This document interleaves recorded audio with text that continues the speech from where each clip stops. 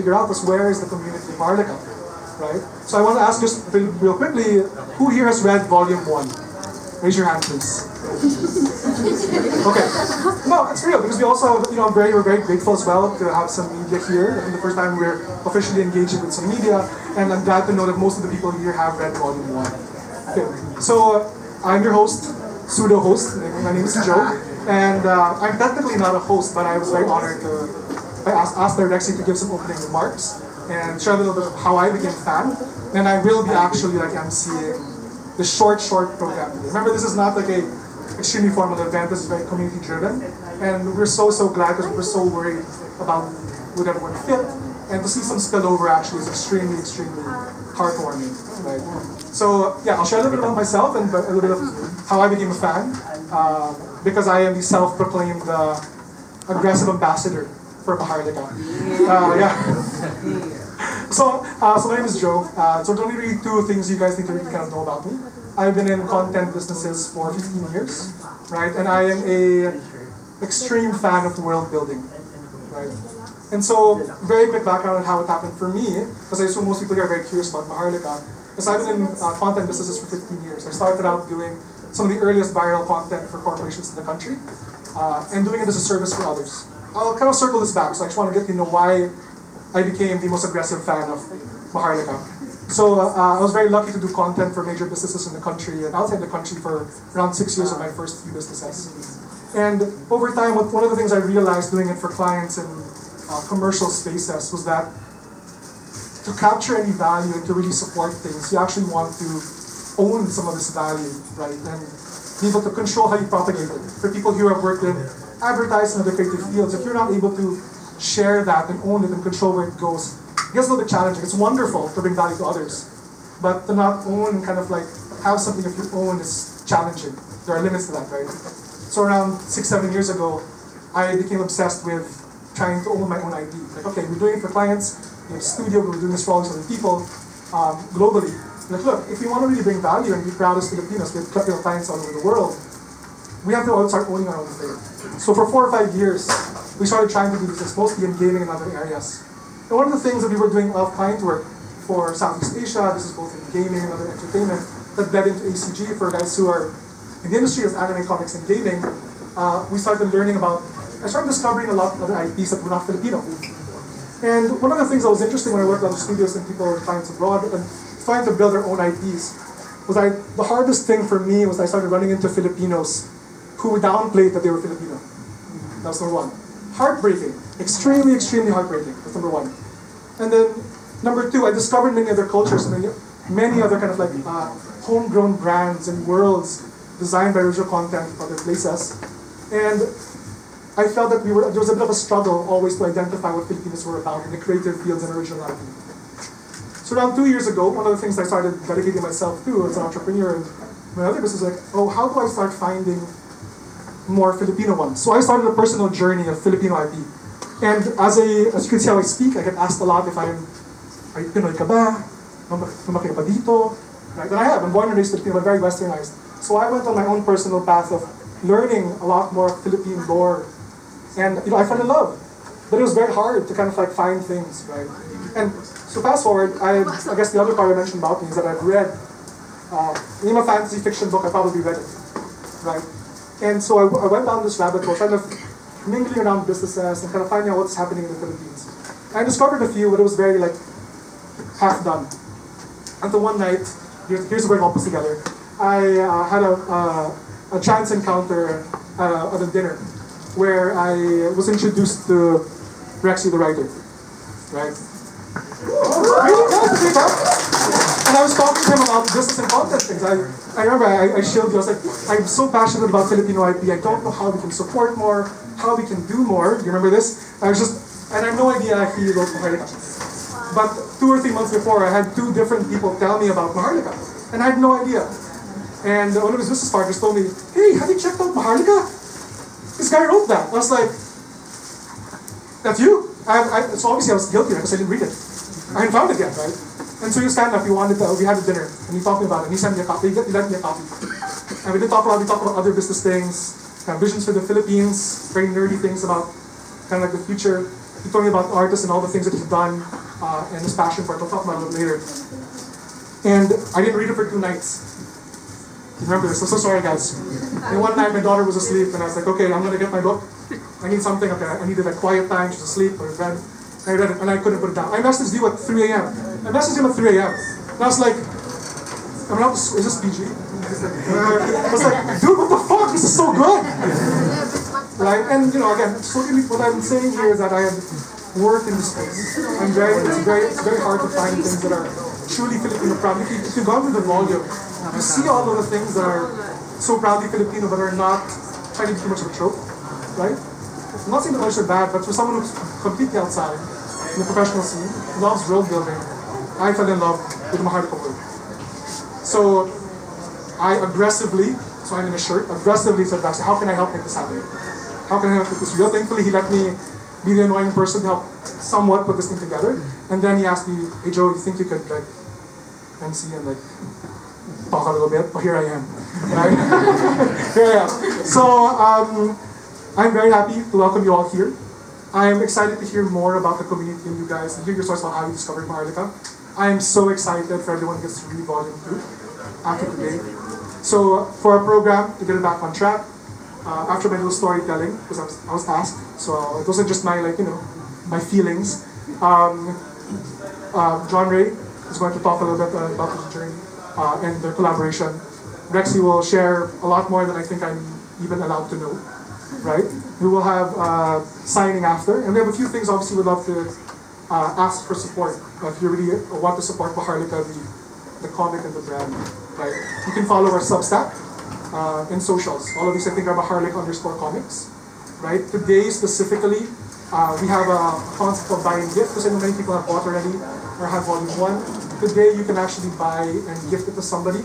That's what I was guilty of doing after we met. I bought 10 copies and sent it for Christmas gifts to my guy friends. So we can do that for you if you feel like it today. For anyone else, Rexy's also being generous where after you guys sign, we have a bit of a fun gacha thing going on where there is a box full of some of Rexy's personal collected comics. And if you have it signed, you can go over, there's a scratch card, and you can get some amazing other content he's obviously got in the life. So just a little bit of fun. So that's it. And of course, you can, after everything, there's a bit of a Q&A, then you can have obviously signing from John the artist and obviously Rexy the writer. Right, so I will stop talking. And of course, I'll start by introducing John Ray. So John Ray, for people who don't know, is a decorated professional hailing from advertising for over 10 years as a creative director for Giggle. Right, he closed that stint and now works full-time at Komiks with a K. And he is the wonderful host as well, along with Jeff and Val of Manila Underground. He co-owns this beautiful shop with all these amazing things. Again, supporting Filipino IP. Right? And he's going to share today about his work, about his journey with Rexy. So without further ado, the artist of Maharlika, John Ray.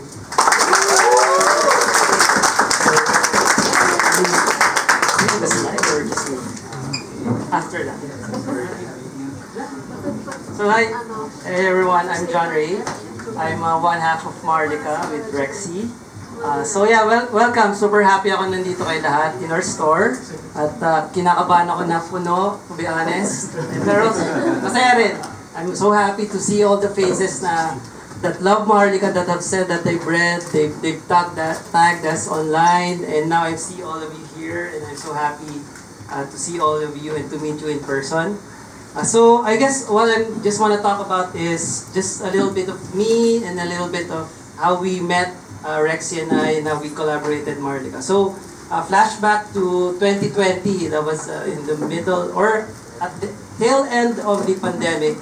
I was already doing short comics lang because, advertising, if anyone is from advertising here, you know how soul-crushing it is or minsan nakakapagod. So you want something of your own. And I've always been a fan of comics. I'm into art because of comics. I'm Baguio born. I wanted to do comics. So saan ba ako makapag-aral ng comics? The closest thing was fine arts. And padpad ako sa UST. I'm a Tomasian. Graduated to 2010, batch 2010. Pero 2000 rin talaga actually, pero na-delay lang. Tapos after noon, I was still not doing comics. So parang, paano ba? So nag-day job muna ako in advertising. Parang napadpad lang ako because I knew how to do advertising. So I was a graphic designer. I entered Team Manila Studio. That's where, actually, classmate ko na si Jet, my business partner in Manila Migran nung college. Classmate ko na yan. Actually, nandiyan si EJ, tsaka si Ryan and our other brothers. Napadpad ako sa Team Manila where I learned graphic design. I fell in love with graphic design. It's another way to tell a story, pero mas with blocks and shapes. Pero with logos and stuff, doon ako na-in-love. Pero comics was still my first love. Pero hindi ko pa rin siya na-achieve. I tried going to Marvel, DC. I wasn't still, to be honest, I wasn't good enough yet. So yun. Pero on the side, after Team Manila, napadpad ako sa corporate. I worked for Honesty. Still, anyone remembers Honesty? As an art director. Then after noon, napadpad ako sa Gigil. To be honest, one of the best years in my life in advertising. Tapos, on the side, while in Gigil, I was doing this 2-pager, 1-pager short comics. And then, sometimes I would do a whole short story. One of them was Barriers by my friend there, si TJ. TJ, hello, yeah. He wrote the Barriers na na-pick up actually nung sa Southeast Asian Community Anthology by Comiket.